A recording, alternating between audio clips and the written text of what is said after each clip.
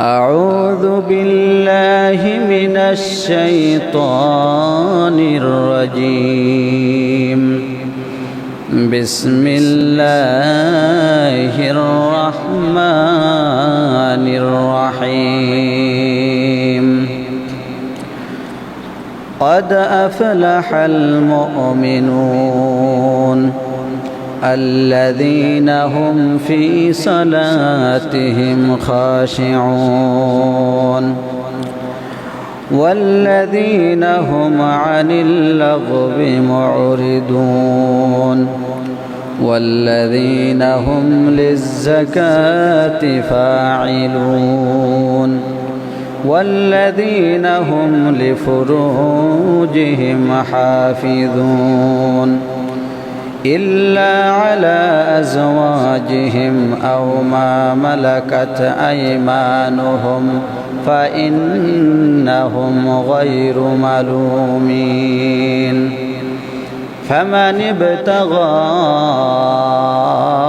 وراء ذلك فأولئك هم العادون والذين هم لأماناتهم وعهدهم راعون والذين هم على صلواتهم يحافظون أولئك هم الوارثون الذين يرثون الفردوس هم فيها خالدون আল্লাহ তাআলার শুকরিয়া আদায় করে আমাদের জীবনকে ধন্য করে রাখতে হবে।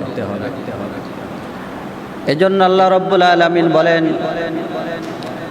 লা ইন শাকারতুম লা আযীদান্নাকুম ওয়া লা ইন কাফারতুম ইন্না আযাবি লাশাদীদ।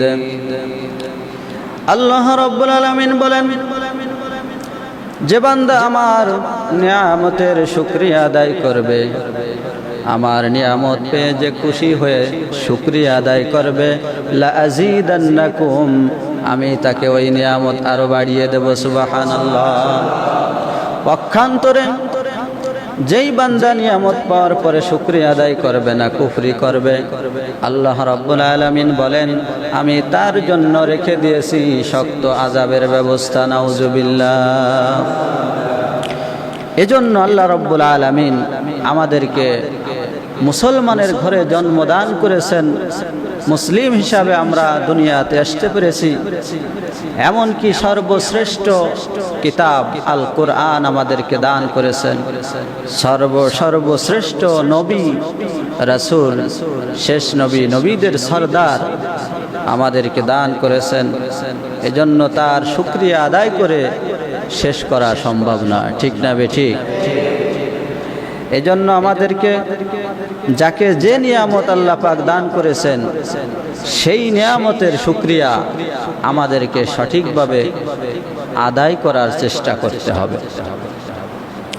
আল্লাহ পাক রব্বুল আলামিন আমাদেরকে মুমিন হিসাবে দুনিয়াতে পাঠিয়েছেন, মুসলমানের ঘরে পাঠিয়েছেন। এখন আমাদের দায়িত্ব হচ্ছে পূর্ণ মুমিনের যে গুণ সেগুলো অর্জন করা। আমরা শুধু মুসলমানের ঘরে জন্ম নেওয়ার পরেই যে আমরা জান্নাতে চলে যাব সেটা কিন্তু নয়। জান্নাত আমাদেরকে কামাই করে নিয়ে যেতে হবে। আল্লাহ রাব্বুল আলামিন কোরআনুল কারীমে সূরা মুমিনুনের ভিতরে মুমিনদের সম্পর্কে যে বর্ণনাগুলো দিয়েছেন, আল্লাহ রাব্বুল আলামিন সূরা মুমিনুন নাজিল করলেন। সূরা মুমিনুনের সর্বপ্রথম যে 10টি আয়াত আল্লাহ পাক নাজিল করেছেন, এই 10টা আয়াতের ভিতরে আল্লাহ রাব্বুল আলামিন মুমিনদেরকে 7টি গুণ দান করেছেন। এই 7টি গুণ যদি কোনো ব্যক্তি অর্জন করতে পারে তাহলে আল্লাহ রাব্বুল আলামিন তাকে জান্নাত দান করে দেবেন। সুবহানাল্লাহ। আল্লাহ রাব্বুল আলামিন বলেন, قد أفلح المؤمنون, মুমিনগণ যারা তারা সফল কাম হয়ে গেছে। قد أفلح المؤمنون, আল্লাহ রাব্বুল আলামিন এখানে সফল কাম মুফলিহ শব্দ তিনি ব্যবহার করেছেন। ফালাহ শব্দ অর্থ হচ্ছে চিরে ফেলা, ফেড়ে ফেলা, চৌচির করে ফেলা। অনেক সময় চাষিকেও ফালা শব্দ ব্যবহার করা হয়।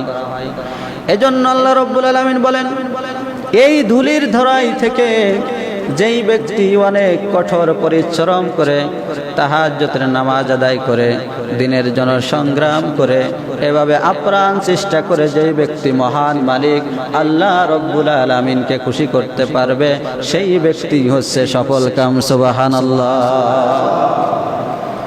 আল্লাহ রাব্বুল আলামিন বলেন, এই মুমিন ব্যক্তিদেরকে আমি যে গুণগুলো দান করেছি তার ভিতরে একটি গুণ হচ্ছে ওয়াল্লাযীনা হুম আলা সালাতিহিম খাশিউন।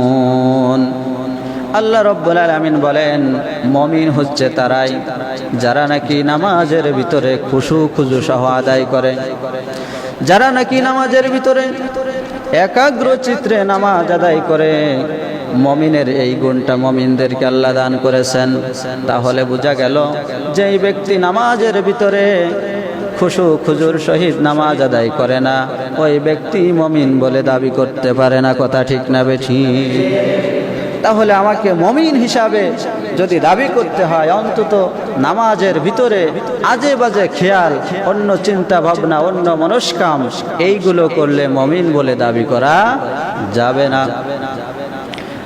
বন্ধুগণ আমার, আল্লাহ রাব্বুল আলামিন মুমিনদের যে খুশু আর খুজু যেটি দান করেছেন, এটি অত্যন্ত বড় নিয়ামত। হুজুর সাল্লাল্লাহু আলাইহি সাল্লাম বলেছেন, নামাজ হচ্ছে দুই প্রকার। একটি নামাজ হচ্ছে মুমিনের নামাজ, আর একটি হচ্ছে মুনাফিকের নামাজ। মুনাফিকরাও নামাজ আদায় করে। আল্লাহ রাব্বুল আলামিন বলেন, ইউরাউনান নাস ওয়ালা ইয়াযকুরুনাল্লাহা ইল্লা কলিলা। মুনাফিকরা যখন নামাজে আসে, তারা অধিকাংশ সময় লোক দেখানোর জন্য নামাজ আদায় করে এবং আল্লাহর স্মরণে তারা খুবই কম নামাজ আদায় করে।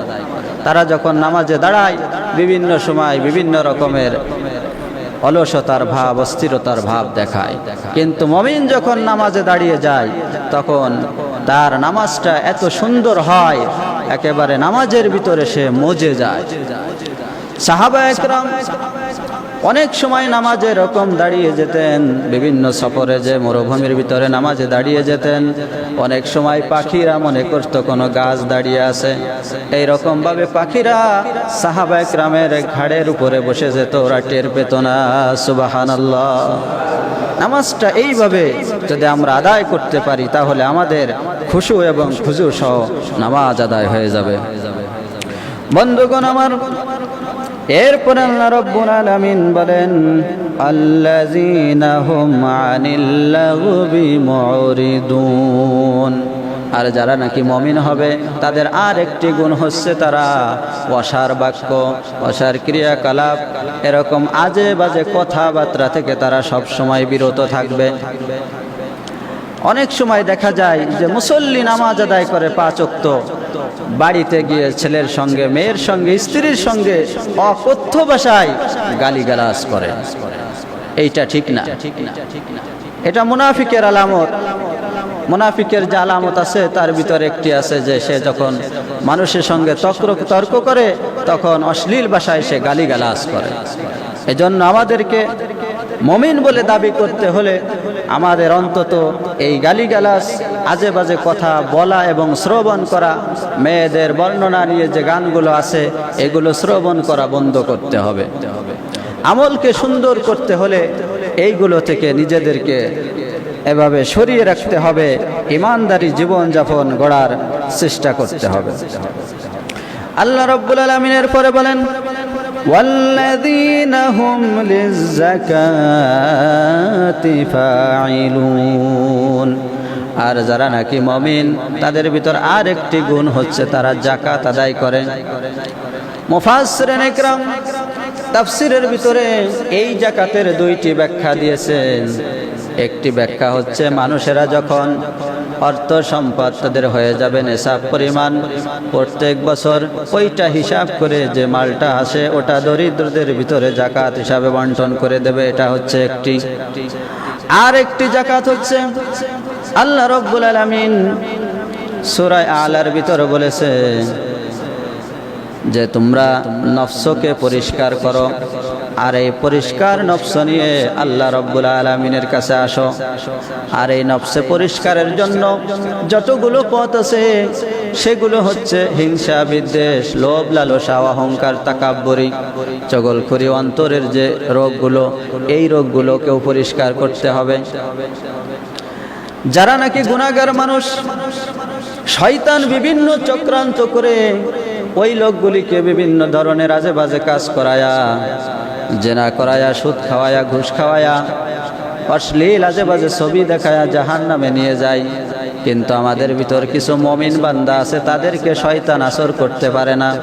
তারা তাহাজ্জুদের নামাজ পড়ে, তারা 5 ওয়াক্ত নামাজ পড়ে, টুপি আছে, দাড়ি আছে, জুব্বা আছে, সুন্নতি লেবাজের উপর চলাফেরা করে। কিন্তু ওই সমস্ত মানুষের ভিতরে শয়তান একটা বিষ ঢেলে দেয়, সেইটার নাম হচ্ছে অহংকার। নামাজি লোকদেরকে শয়তান এরকম আক্রমণ করে অহংকার দিয়ে। আমরা একই মসজিদে নামাজ পড়ি, আমাদের জামাতে যারা আসে তারা কারা? হয়তো কেউ চরমোনার লোক, কেউ ফুরফুরার লোক, কেউ জামাতের লোক, কেউ আওয়ামী লীগের লোক, কেউ বিএনপির লোক, এভাবে বিভিন্ন ধরনের সংগঠনের লোকের আমরা একসাথে জামাতে নামাজ পড়ি, আমরা হচ্ছি নামাজি। কিন্তু আমাদের ভিতর দেখা যায় কি যে নামাজ ঠিক আছে, কিন্তু পরস্পরের সঙ্গে মিল নেই, অহংকার, ওর থেকে আমি ভালো, ওর থেকে আমি ভালো, এই একটা অবস্থা আমাদের ভিতর। আপনি যদি শুধু জিনা করেন, আপনার আমল নামায় জিনার গুনাহ উঠবে। আপনি যদি শুধু মদ খান, আপনার আমল নামায় মদের গুনাহ উঠবে। কিন্তু অহংকার যদি আপনি করেন, এই অহংকারের গুণ হচ্ছে 2টা। একটা তো আপনার গুনাহ হবেই হবে, আর একটি গুণ হচ্ছে আপনার সবগুলো আগুনের মতো পুড়ায়া দেবে। হুজুর সাল্লাল্লাহু আলাইহি সাল্লাম বলেছেন, অহংকার থেকে তোমার হৃদয়কে পরিষ্কার করো, কেননা শুকনা কাঠকে যেমনি ভাবে আগুনে পুড়িয়ে ছাই করে দেয়, তোমার আমল নামার সবগুলো এইভাবে অহংকার পুড়িয়ে ছাই করে দেয়। এই জন্য আমরা আর্থিক মালি যে জাকাত সেটাও আদায় করব, অন্তরের যে জাকাত পরিশুদ্ধতা সেটাও আদায় করার চেষ্টা করব। তাহলেই আল্লাহ রব্বুল আলামিনের দরবারে আমরা মুমিনের কাতারে বলে ওঠার সম্ভাবনা আছে আমাদের। এরপর আল্লাহ রব্বুল আলামিন জাকাতের কথা বলার পরে মুমিনদেরকে এবার বললেন, আল্লাযীনা হুম লিফুরুজিহিম হাফিজুন। আর মুমিনদের আরেকটি গুণ হচ্ছে তারা তাদের লজ্জা স্থানকে সংযত রাখে, পবিত্র রাখে, লজ্জা স্থানের ব্যাপারে তারা সতর্ক থাকে। তবে আল্লাহ রাব্বুল আলামিন তাদেরকে ভালোবেসে মহব্বত করে একটি অনুমতি দান করেছেন, সেটা হচ্ছে ইল্লা আলা আজওয়াজিহিম আও মা মালাকাত আইমানুহুম ফাইন্নাহুম গায়রু মালুমিন। আল্লাহ রাব্বুল আলামিন বলেন, শরীয়ত সম্মতভাবে তোমাদের যে নিজেদের স্ত্রী আছে এবং মালিকানা দাসী আছে, এদের সঙ্গে তোমরা যদি তোমাদের প্রয়োজন মিটাও, তাহলে তোমরা সীমা লঙ্ঘনকারী হবে না, কোনো দোষারোপ হবে না। তবে শর্ত হলো শরীয়ত সম্মত করতে হবে, যেটা যখন করার প্রয়োজন তখন করতে হবে। শরীয়তের সীমা লঙ্ঘন করলে তোমরা গুনাহগার হয়ে যাবে। যেমন স্ত্রীর সঙ্গে মিলন করার কিছু সময় আছে, প্রতি মাসে চক্র ঘোরার পরে তাদের একটা সময় আছে অসুস্থতার সময়, ওই সময় স্ত্রীর কাছে যাওয়া যাবে না, বাইপরসে কোনো কাজ করা যাবে না। এমনকি এই সঙ্গম মেটানোর জন্য অন্য যত পথ আছে হস্তমৈথুন সহ, এরপরে বিভিন্ন রকম আজে বাজে পথ আছে, এই কোনো পথেই যাওয়া যাবে না। আল্লাহ রাব্বুল আলামিন সমস্ত পথকে হারাম করে দিয়েছে, বলেন সুবহানাল্লাহ। ইসলাম কত পবিত্র! অনেকে ইসলাম নিয়ে ঠাট্টা বিদ্রুপ করে। ইসলাম যে বোঝে সে কখনো ইসলাম নিয়ে ঠাট্টা বিদ্রুপ করতে পারে না। বন্ধুগণ আমার, এরপর আল্লাহ রাব্বুল আলামিন বললেন, ওই দুই স্থান ছাড়া যত স্থান আছে কোনো জায়গায় তোমরা যাবে না। আর ওই স্থানে যদি অন্য জায়গায় তোমরা চলে যাও, ফামানি বিতাগা ওয়ারা যালিকা ফাউলাইকা হুমুল আদুন, তোমরা হয়ে যাবে সীমা লঙ্ঘনকারী, আল্লাহর কাছে হয়ে যাবে না ফারমানি। অন্য জায়গায় যদি তোমরা যাও, তাহলে মুমিন কখনো আজে বাজে জায়গায় যেতে পারে না।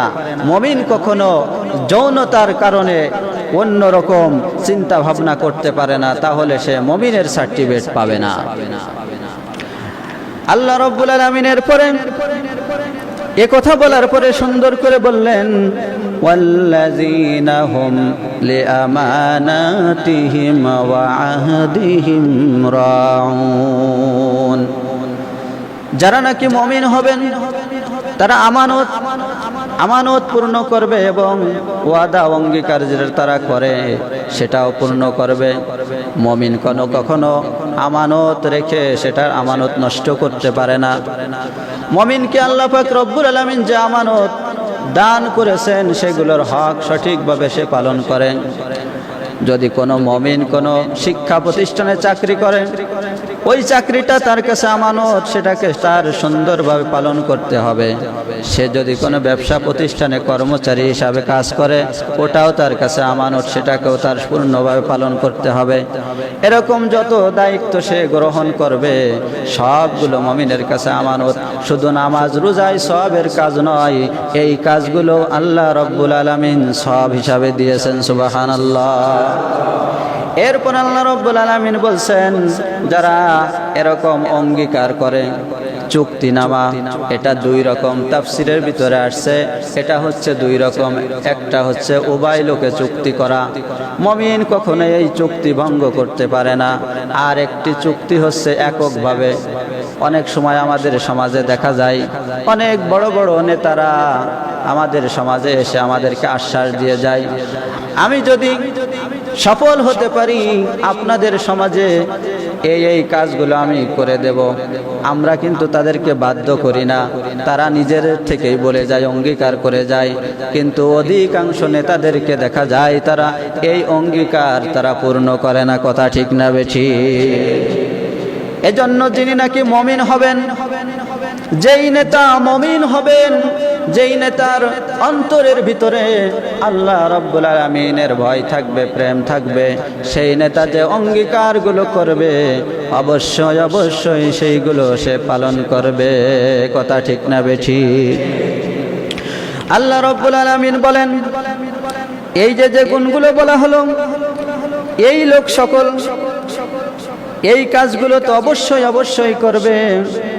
এরপরে তারা আর একটি কাজ করবে, সেটা হলো ওয়াল্লাযীনা হুম আলা সালাওয়াতিহিম ইউহাফিজুন, তারা তো খুশুর সঙ্গে নামাজ আদায় করবেই, আর এই গুণগুলো তো পালন করবেই। আর একটি কাজ করবে, তারা নামাজের হেফাজত করবে, পাবন্দি করবে, মুস্তাহাব ওয়াক্তে তারা নামাজ আদায় করবে। এখন আমাদের দেশে কিছু মানুষ আছে চালাক, কিছু মুসল্লি দেখা যায় মসজিদে পিছনে পিছনে আসে, চাচা নামাজ আদায় করেছেন? বলে জি করেছি। তা বলে কখন করলেন? বলে আসরের ভিতর এসে করছে। বলে তার মানে? বলে জোহরের নামাজ আদায় করতে করতে আসরের সময় চলে আসছে। সন্ধ্যার সময় যদি বলা হয় নামাজ আদায় করেছেন, বলে আমি আদায় করেছি। এরকম মাগরিবের ভিতর যে মানে এক ওয়াক্তের নামাজ আর এক ওয়াক্তে ঢুকাই দিয়েছে, এই রকম নামাজ আদায় করলে হবে না। নামাজ মুস্তাহাব ওয়াক্তে আদায় করতে হবে এবং নামাজ গুরুত্বপূর্ণ সহকারে আদায় করতে হবে, তাহলেই মুমিন হওয়া যাবে। নামাজ কামাই দেওয়া, নামাজে ফাঁকি দেওয়া, নামাজে অলসতা করা, নামাজ থেকে দূরে দূরে থাকা, এইটা মুমিনের কোনো কাজ নয়, এইটি হচ্ছে মুনাফিকের কাজ। কথা ঠিক না বেঠিক? কিন্তু আজকে আমাদের সমাজে এমন একটা পরিস্থিতি দাঁড়িয়েছে, এই নামাজ আমরা আদায় করতে চাই না কিন্তু মুসলমান দাবি করি, অথচ নামাজ আমরা আদায় করতে পারি না। কিন্তু আল্লাহ রাব্বুল আলামিন এই নামাজের ব্যাপারে কঠিন বলেছেন, এই নামাজের ব্যাপারে কঠোর হতে বলেছেন। এই নামাজ যেন একদিনে এক ওয়াক্ত না ছোটে, এরকম ভাবে বলে গিয়েছেন। হুজুর সাল্লাল্লাহু আলাইহি ওয়াসাল্লাম তিনার যখন ওফাত হয়ে যাবেন, তিনি এরকম মুমূর্ষ অবস্থায় অসুস্থ অবস্থায় শুয়ে আছেন। এমন সময় তিনার হুঁশ ফিরলেন। আম্মা জান আয়েশা রাদিয়াল্লাহু তাআলা আনহাকে বললেন, ওগো আয়েশা, এখন কোন সময়, এখন কি হচ্ছে? হযরত আয়েশা রাদিয়াল্লাহু তাআলা আনহা বলেন, ইয়া রাসূলুল্লাহ, ইয়া হাবিবাল্লাহ, আপনার অপেক্ষায় থেকে থেকে আপনার সাহাবারা আমার আব্বার ইমামতিতে এখন নামাজ আদায় করতেছে। সাহাবারা কেঁদে হয়রান হয়ে গিয়েছে। হুজুর সাল্লাল্লাহু আলাইহি সাল্লাম বললেন, ওগো আয়েশা, আমাকে একটু উঁচা করে ধরো, আমি দেখতে চাই কি অবস্থা। জামাতের দৃশ্য হুজুর সাল্লাল্লাহু আলাইহি সাল্লাম দেখলেন। এরপরে তিনি বললেন, আমাকে শোয়া দাও।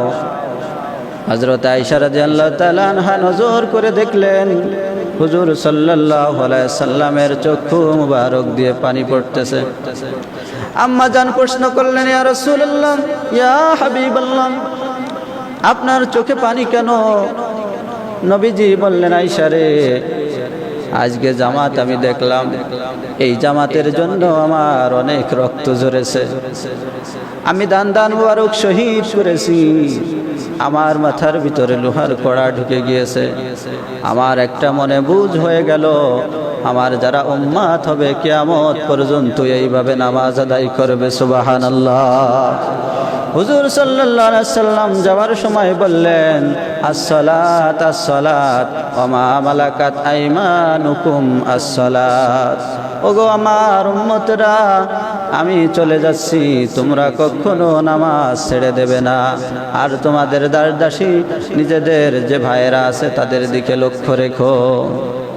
বন্ধুগণ আমার, এই জন্য এই নামাজের গুরুত্ব সবচাইতে বেশি।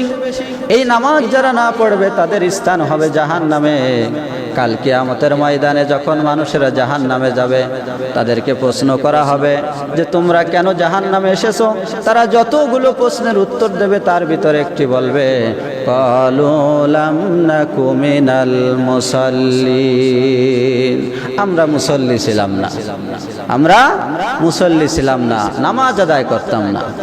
এই জন্য আমি বলি, শোনোয় রে বেনামাজি, শোনোয় রে বেনামাজি, শোনো দিয়া মন, জ্বলতে হবে দোজখেতে সারাটি জীবন, জ্বলতে হবে দোজখেতে সারাটি জীবন।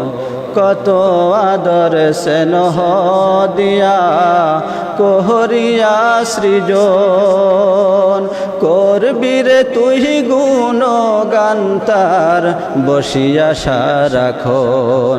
প্রভুর ইবাদত তুই করলি না রে, ইবাদত তুই করলি না রে, হলি রে বেঈমান, জ্বলতে হবে দোজখেতে সারাটি জীবন। চিৎকার মেলে বলি মারহাবা। বন্ধুগণ আমার, এই জন্য দুনিয়ায় আপনি আমি যেই কাজকর্মই করি না কেন, আমাদেরকে সব সময় এই নামাজের পাবন্দি করতে হবে। এই নামাজ ছাড়া যাবে না। নামাজের পাবন্দি করতে পারলে শয়তান থেকে আমরা মুক্ত থাকতে পারবো। আল্লাহর রহমত আমাদের উপরে নাজিল হতে থাকবে। কথা ঠিক না বেঠিক? এই জন্য আমি আমার সমস্ত ভাইদেরকে বলবো, আপনারা যে যেখানেই থাকেন, সময় হলেই, আজান হলেই আল্লাহর ডাকে সাড়া দিয়ে আপনারা মসজিদে উপস্থিত হয়ে যাবেন, জামাতে নামাজ আদায় করবেন। এতে আল্লাহ তাআলা খুশি হয়ে যাবে, হুজুর সাল্লাল্লাহু আলাইহি সাল্লাম খুশি হয়ে যাবে। কাল কিয়ামতের ময়দানে আমরা হুজুরের সামনে উম্মাত বলে পরিচয় দিতে পারবো।